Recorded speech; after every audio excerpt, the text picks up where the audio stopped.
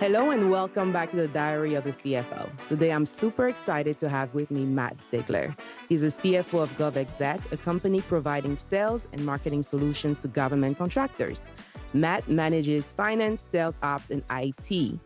And so excited to have you, Matt, here. I know this is your second role as a CFO, so tell us more. Thanks, Marcia. Good morning.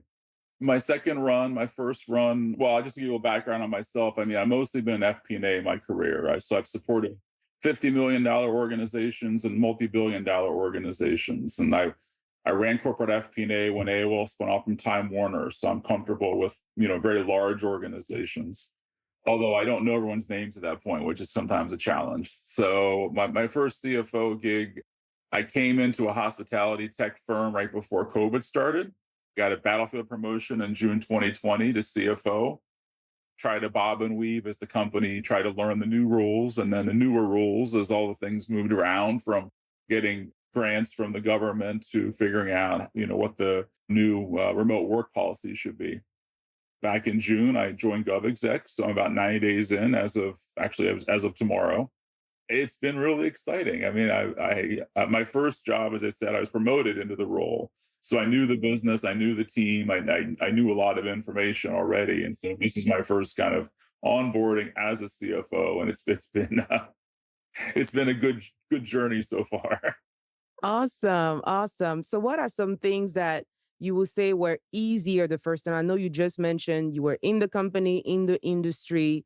What are some things that maybe caught you off guard in this first 90 days? GovExec is a complicated business. It provides a whole spread of different kinds of services to its customers, from media to research to surveys to events to custom content to data. So it's just a lot of different business models, right? So my prior company was a smaller company. It was really one business model, a SaaS model. So a SaaS model is easy to understand, easy to model, right? There's only a few, factors in terms of, churn and new bookings, whereas this company has multiple business models, different kinds of, customer needs. And so that was the biggest thing that was, really new to me. Coming up in FP&A, have to be quickly understand the business and how it works. That's kind of your job running FP&A. So that part I was used to, but there was certainly a lot more pieces to learn coming to a much more complicated business. What are some of the things that accelerated your knowledge of the business? Because, now that you have several business models, how did you connect with people? Like, how did you accelerate your learning there? I actually gave 30 days notice leaving my last firm. And so kind of compromise was I started onboarding before I even left my old firm. So I had Ah, several meetings with my CEO, some of my key peers, several of my directs. And so even by day one, they sent me, board decks and, all these things. So I was able to get a pretty good idea of what I was walking into by day one. And that really helped a lot. It really encouraged that. 30 days I thought was appropriate as a CFO to give that notice, right? But it also gave me time to be flexible, to have some conversations with my new employer, and that helped a lot, right? I felt like I was walking in with a much higher sense of what I need to do, where the problems are, and I was also able to talk to my predecessor, which also helped, right? So that doesn't always happen. So that I was definitely lucky in that regard. He was retiring, so he was. It's not always the case. You get to talk to your predecessor, right? yes, I had that privilege to be able to talk to my predecessor, and he gave me a handover document. He gave me his phone number. I was like so grateful because this is my first CFO role. So I was like, "Woo, okay, all the help I can get." And it's helpful to know what their to-do list was. Everyone has a to-do list they just haven't gotten to yet, right? So if you kind of probe there, it's like, well, what would you have done in the next year? That gives you a good sense of what the business needed or still needs. Not that that becomes your own to-do list immediately, but obviously considerations for the future. That's a great insight too for those who come in and may not know what to ask the predecessor. These kind of questions definitely help. That's what I found. Coming in day one, I had a pretty clear idea of what the business needed, what the team needed. When I started with the onboarding process, they were very clear about simplicity and scale being what the company needed, right? So being able to The company has acquired several companies in the last few years, and so there's been some not full integration, some integration, of course, but not complete integration. So finishing some of that is kind of also part of the impetus for here's what you need to focus on. Let's get these things finished so we can build a foundation for the next level of growth for our investors. Were you also overseeing IT and sales ops where you were, or just finance? No, no, I have all three. So I have all three of them. I just picked up IT 2 weeks ago, so I'm still learning that piece as well. IT is really interesting because in one way it definitely is a control function, right? Like Mm-hmm. how you think about security and access and even things like procurement. Like, do Mm-hmm. you allow people to buy whatever they want or do you require them to only buy this model of laptop, Mm-hmm. right? To make the service easier. So, that's definitely a step beyond what I have managed before. I managed HR, I managed sales ops before, but I'm really enjoying getting to know IT, and I like to learn. I like to learn new things. So IT is definitely an area where, as much as maybe even more than finance, it's a balancing act, right? Like Mm-hmm.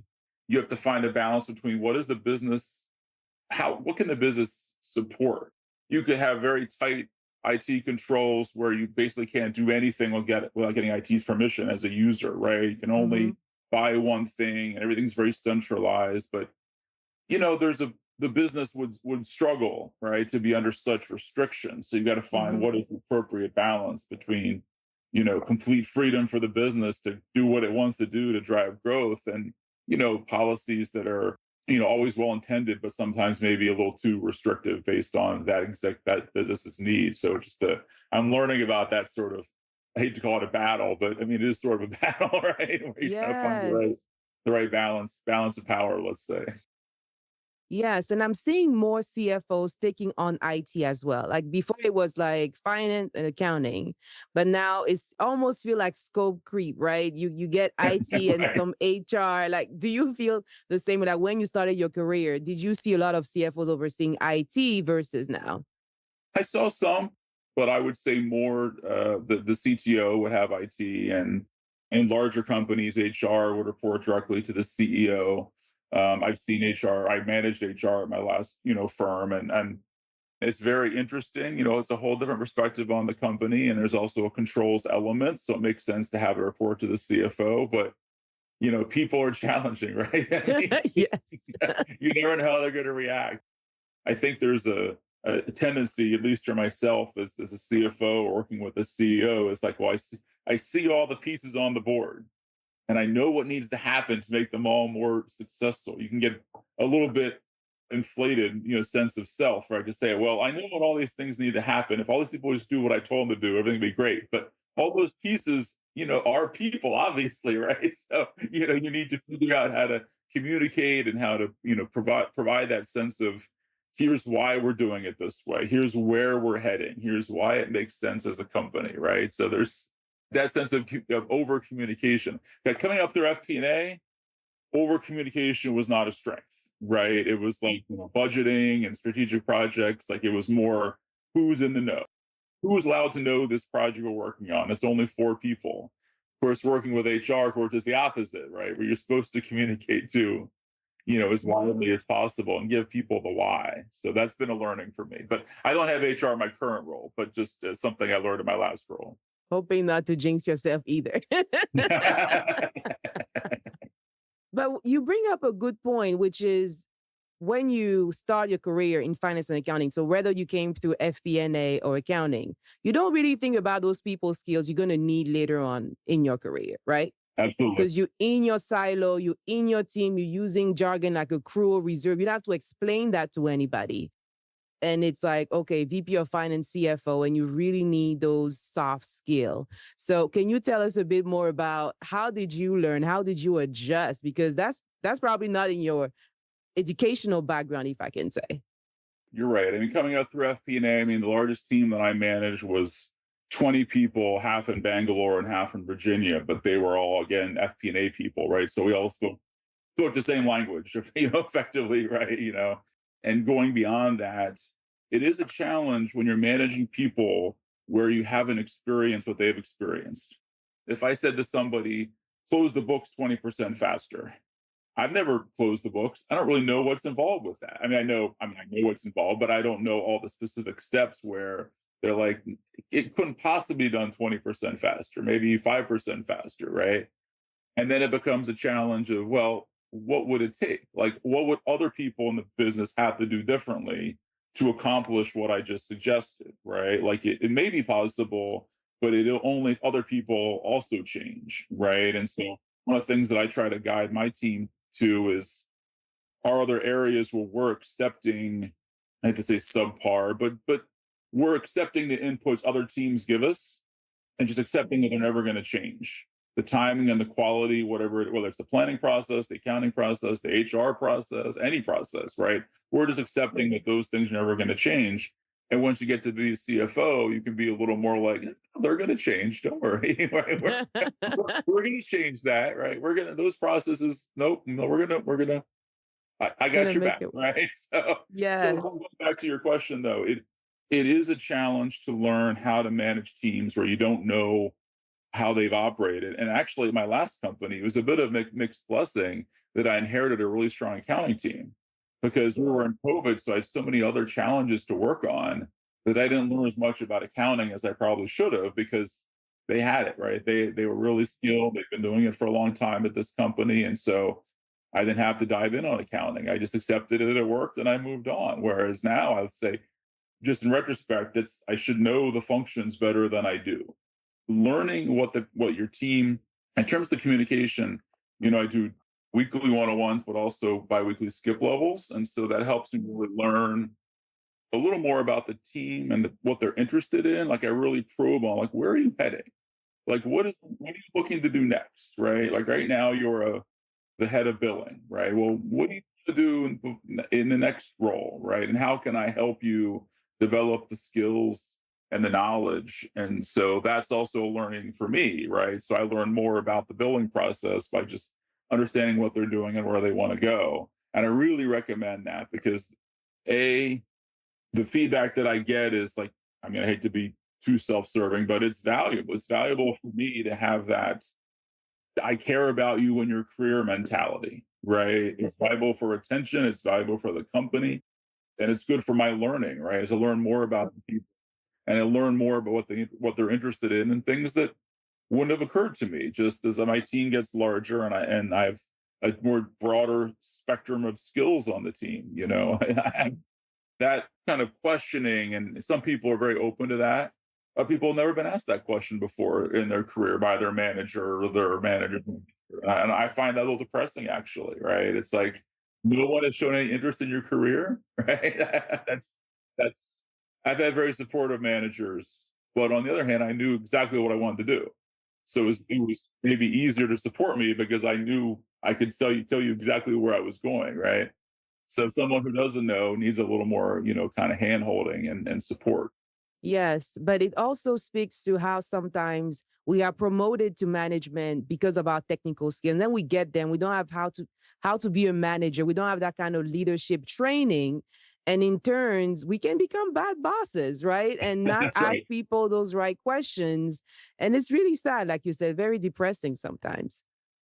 There's definitely the people skill element is something that, for example, having a manager 101 course is really important, right? Just your first time as a manager. And it should be taught by people at the company, right? People that have, you can hire a consultant and they definitely know some of the buzzwords and all that, but people that actually have been through it at the company that you're going to work with every day, I find is the right approach, right? And then I had people in my last company that, they aspired to be managers. And I said, okay, well, I'm happy to give you the same training that the other people are getting because you're going to need it sooner or later. Right. And so that was always my goal to have that. And I haven't even looked at this company yet if we have the same kind of thing. It hasn't been that high on my list. But now that I say that, I am curious. As a manager or managers, then it's difficult. Like we just got our semi annual reviews coming out, like the review process. And I need to really encourage my team, my managers, to care about it, right? Not caring, but they're very busy, right? And so it's like how much effort should I put into this? And I need to set the example.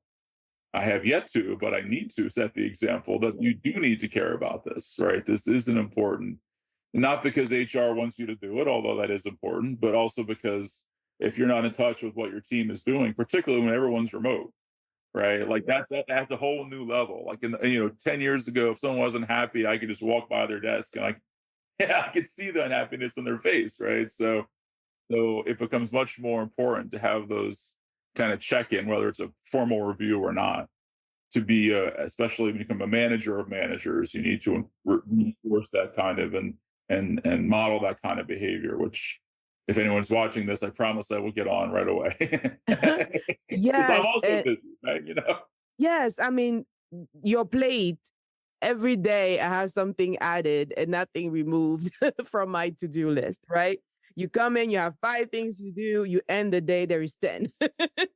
So being able to connect with your manager is important, but then how do you ease that transition, right? Because the first time manager doesn't have the same challenges at being a manager of managers, right? Especially in finance and accounting. Can you tell us a bit more about what that transition was for you when you first became a manager and then when you became like director manager of managers?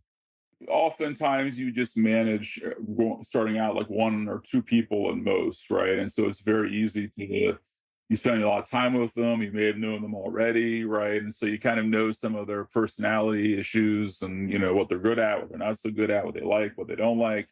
And so as a manager, you can almost take too much of that in, right? You're working with them too much as, oh well, Fred doesn't like when I schedule meetings after 4, so I'm going to try to schedule meetings after 4. Where your next employee, you may not know that, right? So you have to, consider that, I think. But as you become a manager of managers, then the delegation is really challenging in some cases. At this point, I have people who manage, manage. So there's 3 levels, right? So, I mean, it's even more like, okay, what are you working on? The thing I struggle with, honestly, Wasia, is can I just look at your calendar? Can you just tell me where all your time is being spent and let me fix that? Maybe it's working for my stuff. Maybe it's meetings other people's schedule. Maybe it's you're too much in the weeds of what your team is doing and you need to delegate to them in order to let them, learn. I don't think I've ever asked that question, but I always want to. It's like, can I just look at your calendar? Can we just address it? Because there's something that needs fixing where you're not using, and I'm the same way. I'm sure my boss had the same feedback looking at my calendar, right? But I feel like that how you use your time and how you delegate to people and just respect the fact that you have to let them do the project and come back to you, as opposed to you don't need to be on the project team. You don't need to be in every meeting. You don't have to be in every check-in, right? You're not going to get anywhere if you're in everything, right? You're just going to be stuck. So educating people about that approach and modeling it equally importantly is, I think, really important when you get to be a manager or managers, right? Is that you don't need to be in all the meetings and you shouldn't be in all the meetings because your team isn't able to grow as a result. If you're the most senior person in the meeting, probably speak a fair amount of the time, right? It's just nature, right? It's like, oh well, let me give you my opinion on that, right? It's Yes. like I don't need your opinion on that, right? Yeah, and they may not even be able to speak or actually say what they wanted to say because now they're like, "Ooh, what is the boss going to think?" Right? So it is a delicate balance. And it's even harder on my FP&A team, I think. This is my first budget cycle in 20 years where I haven't been the person running it day to day, right? Now my head of FP&A is Yeah, I doing saw it. the post. Yeah, exactly. I mean, it's harder than when my kids went to school because I mean, I'm just so used to like I need to step back, and I'm not that great at it, to be honest with you. It's like, oh, I know what this is. I know what we need here, or I know what this needs. And it's stepping back from something you've done for so long and letting someone else run it and show you what they've learned because they've learned different things than you, right? And they've had different skills they can bring. It is hard to learn about new teams, but it's also hard to give up the thing that brought you where you are today, right? That's whatever that set of skills was. I'm struggling too with that because I came from the controllership route. So I came from CPA controllers. So I'm all about internal controls and all that. I did had FP&A at some point, but back in my mind is that CPA, internal controls controller. So I'm all in that accounting function, like, yes, let's get to it. So I'm wondering from your standpoint, since you came up from the FP&A route to now CFO, how is it dealing with the accounting team? Because I know now you said it's hard to let go of FP&A. So how are you doing it with accounting? Like I said, at my last firm, I inherited a great team. I didn't focus on it as much. At this firm, we're building out the team. It's a combination of insource and outsource, actually. So it's working. That's good. There's always coming into a new firm, there's so many things to learn. And so, like, you can imagine a business that has a lot of different business models has a lot of different rev rec policies as well. Like, there's not just one policy, there's one for each business and different kinds of customers. And so this is an example. That's something where I need to spend more time on to say, well, I'm not trying to challenge how you did it, but I do need to understand the why. I feel like just accepting that it's right is not good enough. I need you to explain it to me.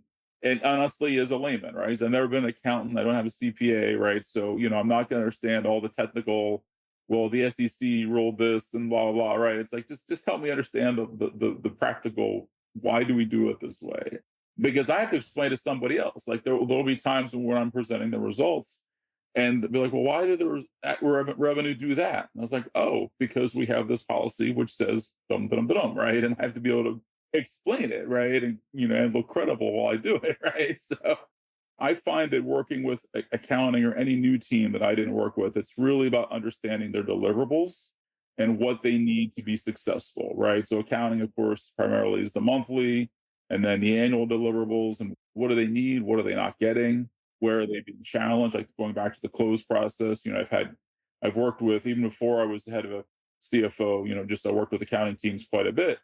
Sometimes they wouldn't get key information from the business team until day one, day two, day three. And it's like, well, that obviously the close cycle gets held up as a result because the business team isn't providing, key information when frankly the day minus one information would have been good enough, right? I mean, we didn't learn that much from day minus one and day two that we could have delivered it on day minus one and gotten there faster. So as CFO, really, you are facilitating and helping remove the all the roadblocks from your team so that they can be their best, essentially. That is the goal, right? Where you prioritize the time and how you spend and which roadblocks and how much to remove them is one of my biggest challenges now. It's like there's so many parts of my team working on so many different projects and so many different key business deliverables, right? So, and they all have blockers to a certain extent. I mean, you can always have more talent, more resources, more tools, more time, more support, whatever, right? But it's hard to get any or all of those things sometimes, right? So, trying to figure out which team's problem I need to focus on and in some cases burn some political capital. We have to make a change, and some of my colleagues aren't going to be happy about this change, but this is what we need to get this the simplicity and scale that I've been asked to deliver. So understanding their blockers, and I'm sure there are many blockers that they have, but I'm like, I'm sorry, I can't help you with that one right now. I have nothing to add, right? I mean, we have to live with it a little while longer. I mean, it's just the cycle of finance and accounting, right? There is always something going on. There's always a reporting that's due. Every time you look around, it feels like, okay, more work. How do you balance, in your first 90 days, things that you should start doing or stop doing? Do you start a new project, or are there things like you like, do not do this in your first 90 days as a CFO? I mean, my biggest win was putting the team in the right positions, right? And so I had a couple of things going for me, right? So first of all, I mentioned I had that sort of pre-onboarding because when I had even before I hadn't left yet, I had some key conversations, right? I could kind of think about what was needed. When I got here, I was very happy to find it wasn't a question of that I had underperforming talent.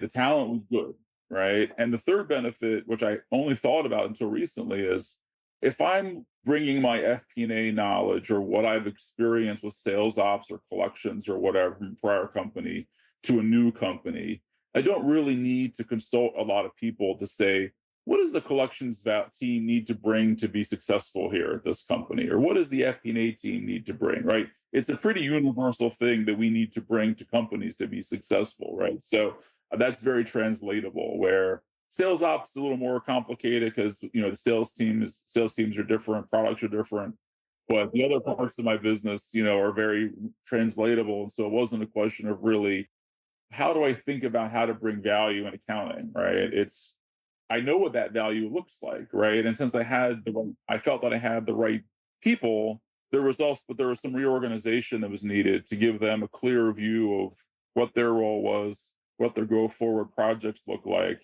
and then how to organize the team so it was a little more scalable than before. And so that was really my first focus: is are there gaps on the team? There was one. That person's first day is today. I'm very excited to have him start. So I'm 90 days in. I actually worked with this guy before, so I mean, I knew the gap. I'd filled it before with similar resources. Reached out to him actually before I even started the job and said, "I think I'm going to have a job for you if you want it." So that was helpful to have that network to tap into to say people that you meet that have good kinds of skills and hopefully they want to work with you again, right? And so and that, this might be a job for him. That was my main focus, getting the team organized. And also, there hadn't been like an all CFO team meeting before. There hadn't been biweekly skip levels before. So some of those things were just bringing in a new perspective on this is what a CFO organization looks like. And so having me talk about what I focus on, how I work, my quirks and how I work, everyone has them. It was valuable, I hope, to my team to hear directly from me in a town hall for the CFO organization, if you will.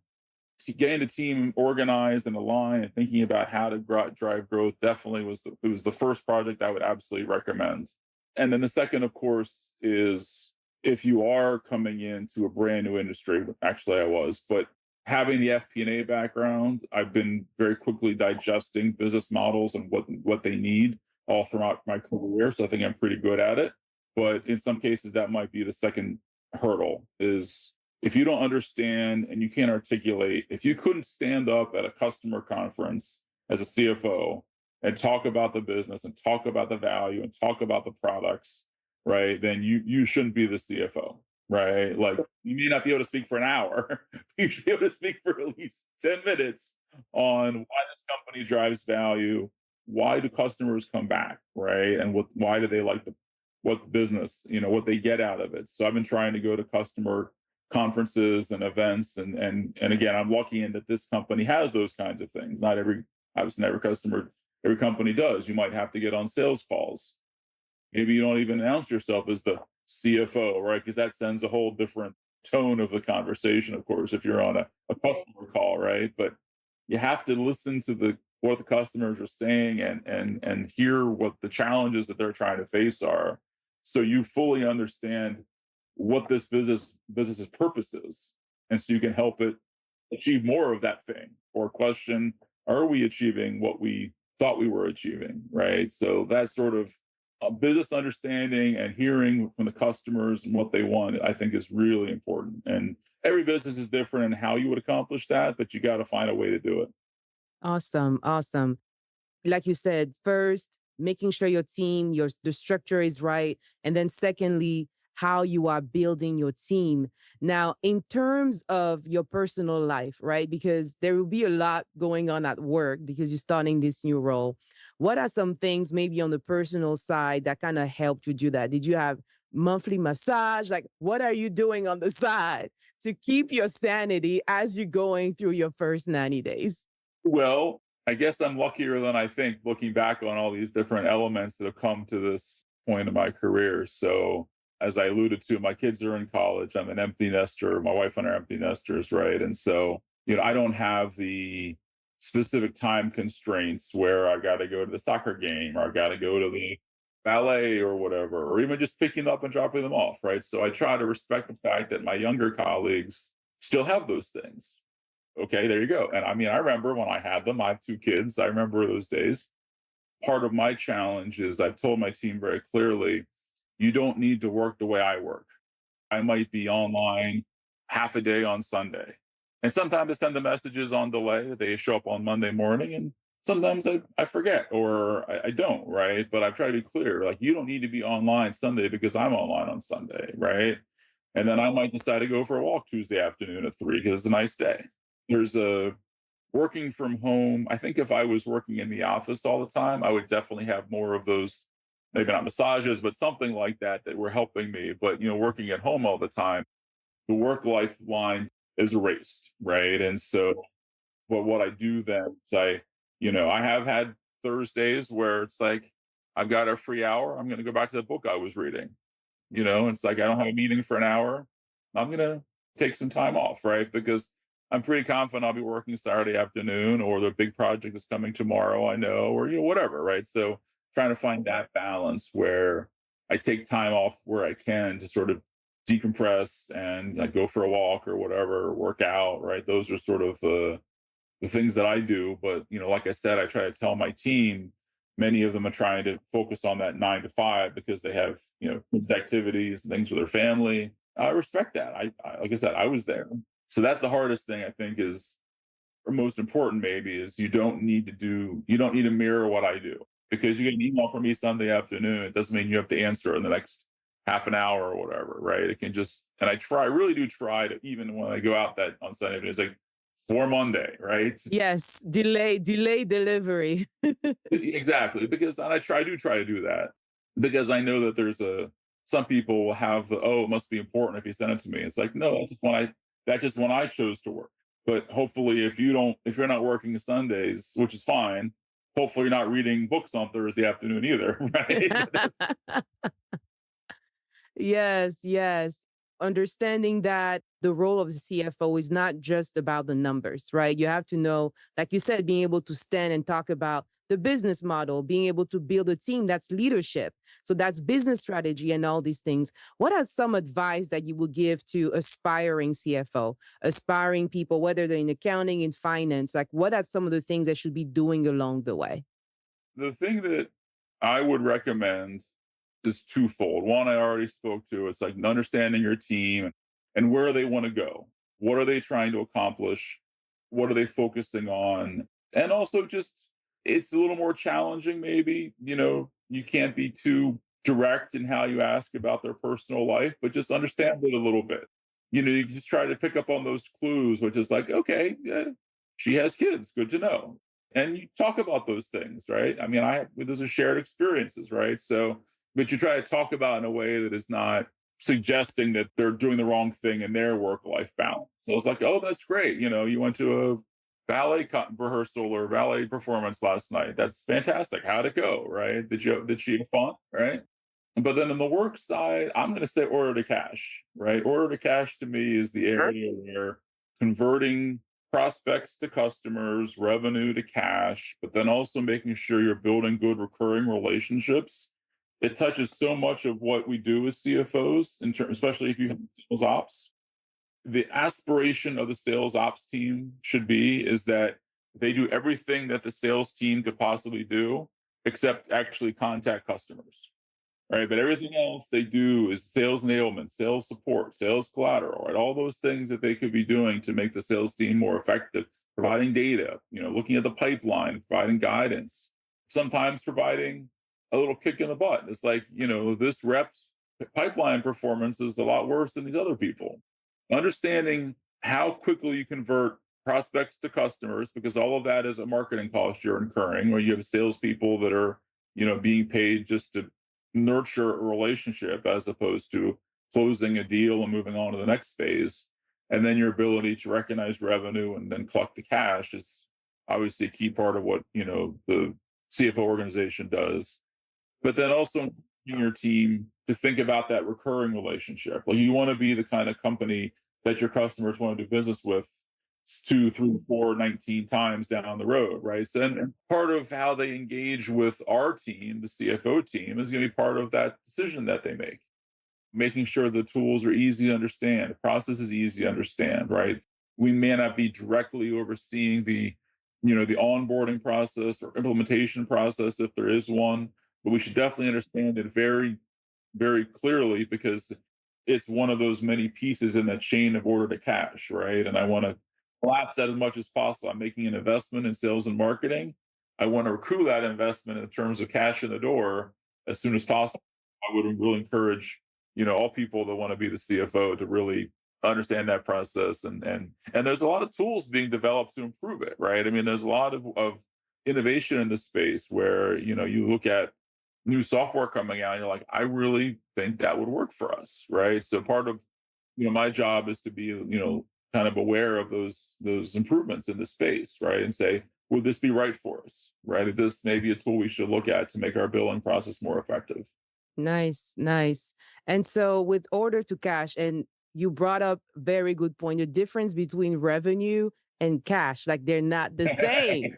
But a lot That's of right. people, especially I don't know if it's outside of finance and accounting, like we get it, but then you have to explain to the business maybe like what is the difference between those two? What are those things that, hey, we should be explaining it better to the rest of the organization so they understand, like what are some of the things maybe you've done to help the business understand where you were coming from as a finance person?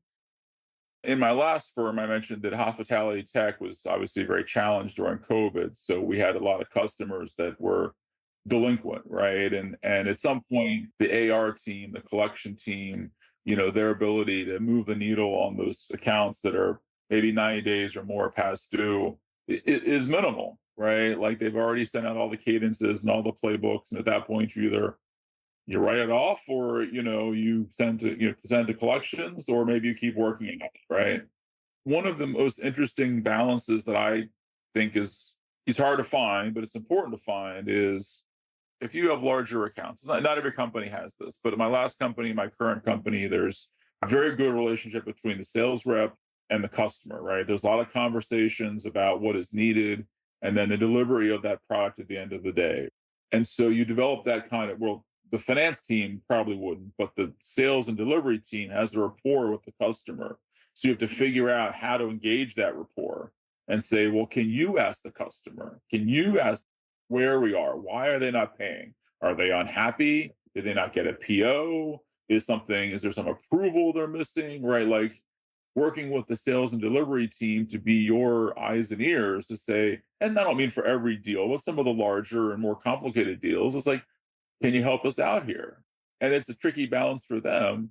And also for me as a CFO, because frankly, I want the sales team more focused on new revenue, and they only have so many hours in the day. So if I ask them to be my collections agent, obviously that's less revenue they're bringing in, right? But there are times when you need to figure out a way, and we've been pretty successful here at GovExec, but in figuring it out. But it's a balance with every customer, because a sales rep doesn't want to be a collections agent, and they're not really incentivized to be a collections agent unless you figure out a separate incentive for them to be a collections agent, in which case they're happy to be a collections agent, right? So that balance of how much time and investment do you put into the reps and the delivery team helping you with accomplishing those collections is really a key part. And I don't know there is one answer. It's just you keep taking a run at it until you think you've got the right balance. Where at some point in the 0 days past due to X days past due, when this has no longer become the collection team's primary responsibility to collect, and now it's sales and deliveries primary responsibility to continue the conversation and probe the customer when they can and say, hey, what do you think about when can we get paid, right? Like you guys are 90 days past due. What the heck, right? Can you help us out here, right? Or what are missing? Maybe there's a piece of paperwork missing, or who knows what. That to me is essential part of the business success, is finding that balance and then really run that playbook over and over again to minimize the time to collect and minimize the gap between revenue and cash. Yes, and I love how you kept going over things that we see on the back end in the financials, right? But how are they impacted in the front end? What's going on with the customer? So you really have to have that broader view as a CFO, not just looking at the numbers, but what affects the numbers and how can you get your team to think that way? Because sometimes we all in silos. We're just like closing the books, reconciling the subledger, doing that forecast. How do you get your team to start seeing the bigger picture? It's challenging, right? So that's one of the reasons why I do, at least. I assume what people do, and I've been in many over my career where I have a weekly CFO directs team. So all the directs are on the call or talking about what they're working on. And so they kind of hear about other business challenges, and some of them are interrelated, right? And so I'll say, okay, the two of you go sort this one out, right? Or I'll ask one of them to help another one. It's like, I know you can help here. So for example, one of the challenges, I'll go back to order to cash, the problem is the contracting is it as clear as it could be upfront, right? If the contract isn't clear, then it makes collections more challenging on the back end sometimes. The customers might say, well, our default is to pay net 60. Are our terms and our approval process clear that we actually are signing for net 30? So there's often going back up the chain and revisiting and doing better for the future.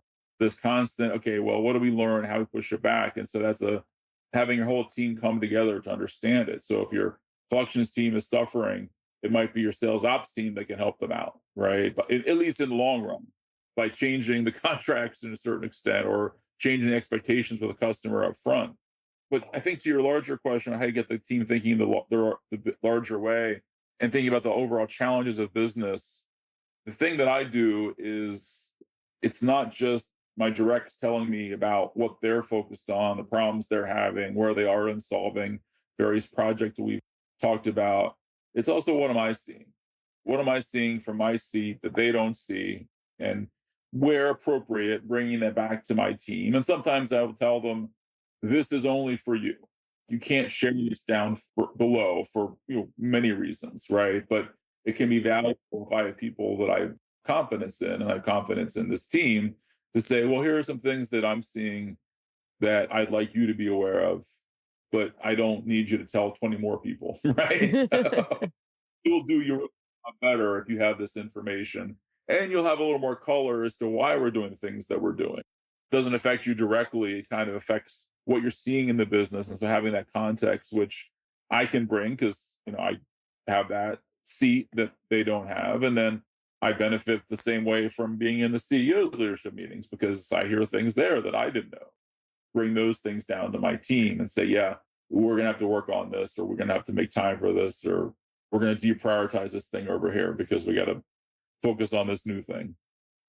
And so my last question is, now that you are in the seat of the CCFO and you're seeing, okay, a lot of things are going on, what are some of the blind spots you think that maybe we're not thinking as CFOs enough? Maybe we should be considering doing better in this area versus another. What could be some of the blind spot that we should be aware of? What should be in the back of our minds? It's a great question, right? You always think about what you don't know, what you should know. I think for many CFOs that support private equity or any other sort of shorter term hold investors, right? Where they're, sooner it's not a private company that is not founder run. The founder is going to die there, right? I mean, so a lot of us work companies that are going to get sold in the next 1, 2, 3 years, 4 years, who knows how. If you haven't been through the sale process of a company, right, knowing kind of how much time you have left and prioritizing the things that are going to make you as successful as possible in that process is essential. Again, if you have not been through it, you wouldn't know, right? But one of the things that a piece of advice I got from just some conference I went to that I've yet to follow, but I promise you I will at this company, is you should always have a data room stood up. You should always have that information in a place that's clean, it's organized, because you never know when you're going to need it. Every quarter, you should update it, right? Because it's always a pain point, finding and cleaning the data. So, for example, whether it's this year or 3 years from now, I know I'm going to need it, and they're going to want to look at multiple years backward, right? So it's worth it to kind of stand one up, keep it clean, keep it current, and be ready. And that's something that I would suggest is a blind spot. But the other thing I'm going to say on the positive side as a blind spot is that speed is relative. So if you ask me how I am doing, I am moving far too slow. Things are not getting done at the speed they need to be done because I can see where we are. I can see where we should be, and we're not there yet. It sounds a little silly, but like how happy we're all going to be once all those projects are completed. Right? And I wish I was that happy today, right? And not I look at these projects, and that's nothing on my team, nothing anybody doing anything wrong. It's just I want them to be done faster. But if you ask my team or you ask my directs, their feedback is it's the energy and it's the direction, setting a clear direction, which is what they value. At it and say, boy, he's moving too slowly. They look at it and say, he's set the energy that we're going to fix these things and we're moving in the right direction of why we're doing these things. And that is value, right? And that is something that they appreciate that I don't. Like I'm looking at the end, they're looking at the journey, right? And so I'm like, well, that was good. So I'm glad I didn't know that. I mean, I didn't really think about that until I was preparing for this, but that I have learned that people tell me, you really appreciate everything you brought. And it's like, all I brought is a bunch of things in progress. Like nothing's done except the team realignment. But in terms of my peers, that's only the foundation to build value. It doesn't actually deliver a tremendous amount of value to them directly, but they will. They're like, no, I really appreciate the energy and the focus you brought. I'm like, oh, okay, good. Glad to hear it, right? Yes, yes, the journey. Wow. I can see myself and see many, yeah, being a bit impatient, right? Like this should be here, we should get there by this day, but that's a great perspective. Thank you so much for sharing. You're welcome. And thank you for having us. Yeah. Wow. Thank you so much, Matt, for being on the show. Thank you, thank you, thank you. You shared such great advice, such great tips that I think will benefit our community. Thank you for tuning in. I hope you enjoyed the episode as much as I did. I will drop the link to Matt Ziegler LinkedIn profile in the show notes and also on my website at wasiacamon.com. You will also find them in the edition of the Diary of a CFO newsletter on LinkedIn. If there's any topics you'd like me to cover in the future, don't forget to email them at ask@thediaryofacfo.com. Again, the email is ask@thediaryofacfo.com. Thank you so much. Don't forget to subscribe and leave a review so that others can benefit from such great insight in this episode. Thank you and see you soon.